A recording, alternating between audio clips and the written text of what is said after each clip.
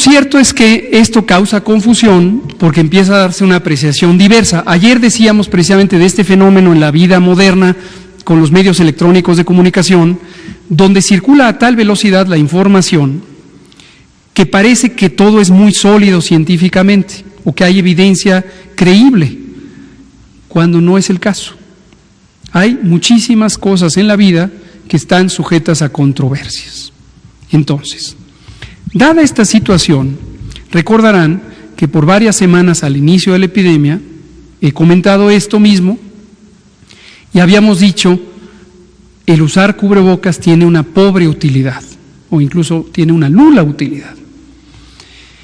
Y aquí hay un elemento, es un tecnicalismo de las ciencias, de ciertas ciencias, que es la diferencia entre eficacia y efectividad. Esto es importante.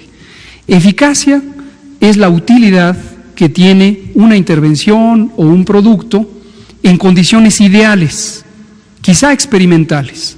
Todo está perfectamente controlado, hay una intervención, pensemos en este caso el cubrebocas, y entonces todo es perfecto, todo es constante, y en esas circunstancias uno evalúa el uso del cubrebocas. Eso es la eficacia. Pero hay una gran diferencia con otro concepto que se llama efectividad. Y la efectividad es las condiciones reales, donde unas personas lo usan 15 minutos y luego se lo quitan, otra persona lo usa 6 horas sin ningún problema, una persona se toca la cara, 3 lo traen de sombrero, 4 se lo ponen un día sí, 2 no. Es decir, toda la variabilidad que existe en el uso real de un producto. Y ahí es donde está la mayor incógnita. Si pensáramos en que, por ejemplo, 9 millones de habitantes de la Ciudad de México debiéramos usar el cubrebocas, no tenemos ningún elemento que garantice que 9 millones lo vamos a usar de manera consistente. Es decir, todo el tiempo en los sitios públicos, descansar quizá en el espacio privado, no lavarlo para conservar la textura y la integridad de sus fibras, etc., y que todos los cubrebocas van a ser de la misma capacidad de filtrado, etcétera, ¿no? Bueno, termino diciendo lo siguiente, si me pasan la diapositiva final. El Instituto Nacional de Salud Pública, cuyo mandato de ley es generar conocimiento científico para orientar las políticas de salud, hizo un análisis, un estudio, me voy a parar brevemente para comentarlo, con una metodología que se llama revisión rápida de la evidencia. Esto corresponde a una versión acortada de una metodología que en las ciencias de la salud y otras se llama revisión sistemática de la literatura y consiste en recopilar los distintos estudios científicos sobre un tema para ver cuál es el consenso científico que hay sobre ese tema. Aquí la doctora Stern, el doctor Tonatiuh Tonatiuh Barrientos y otros colegas hicieron este estudio, lo publicaron recientemente y encuentran lo siguiente. Se hizo la revisión rápida, el artículo se llama Revisión rápida del uso de cubrebocas quirúrgicos en el ámbito comunitario, e infecciones respiratorias agudas. Entonces hicieron esta revisión rápida del uso del cubrebocas en el ámbito comunitario. Encontraron 4 de 6 revisiones sistemáticas que no encontraron reducciones de contagio asociadas con el uso de cubrebocas. Encontraron que 6 estudios experimentales no encontraron diferencia entre la probabilidad de contagio asociada con el uso de cubrebocas y solo un estudio estimó una reducción del 20% en la incidencia al asumir, sin tener una demostración directa, ni que sea aplicable a todas las sociedades, que 10 al 50% de la población usa correctamente el cubrebocas.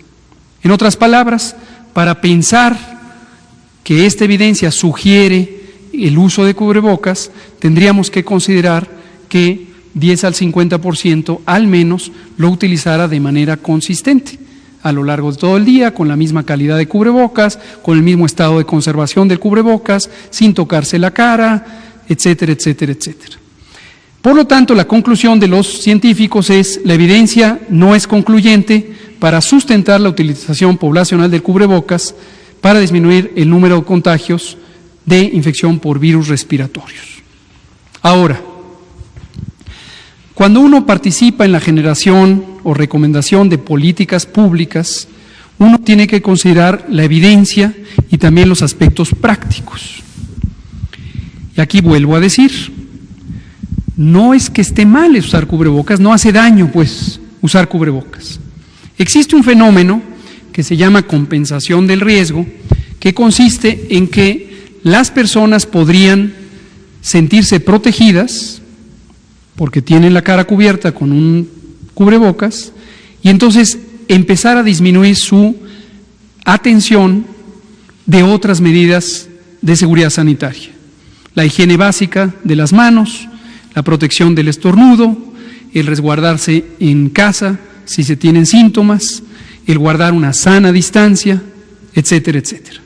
Entonces, si eso ocurre, el posible beneficio del cubrebocas podría ser contrarrestado por la reducción de la disciplina, de la intensidad, de la constancia de otras medidas. En conclusión, no me parece inconveniente que algunas autoridades sanitarias estatales, incluida la Ciudad de México, recomienden el uso de cubrebocas. Como hemos dicho, es un auxiliar. Pero si por estar atentos al cubrebocas empezamos a reducir la atención de las otras medidas de mitigación masiva, pues estamos desviando la atención y estaríamos reduciendo las medidas más efectivas. Entonces, eso sí sería inconveniente. En el caso de la Ciudad de México, conocemos que no es el caso. De hecho, la Ciudad de México es la zona, la entidad federativa con la más amplia y grande y sostenida reducción de la movilidad en todo el país. Y es la que en este momento está contribuyendo mucho más a la reducción de los contagios. Entonces, ahí estamos tranquilos. Pero ayer hablábamos de esta situación de algunos municipios en donde le ponen un gran empeño al tema del cubrebocas y otras medidas que son las fundamentales, la suspensión de los trabajos no esenciales, no está siendo cuidada con la misma intensidad. Y además, también dijimos ayer, preocupa que el enfoque de las intervenciones se centre en las personas, en la ciudadanía, por las razones explicadas ayer, que las medidas fueron cuidadosamente planeadas para modificar las razones por las que las personas acuden al espacio público y entonces no centrar intervenciones en las personas, lo que irremediablemente lleva a un mayor desgaste operativo, pero además a empezar a tocar los límites de las libertades civiles, los derechos fundamentales, las garantías constitucionales, situación que obviamente es preocupante. Quería comentar eso.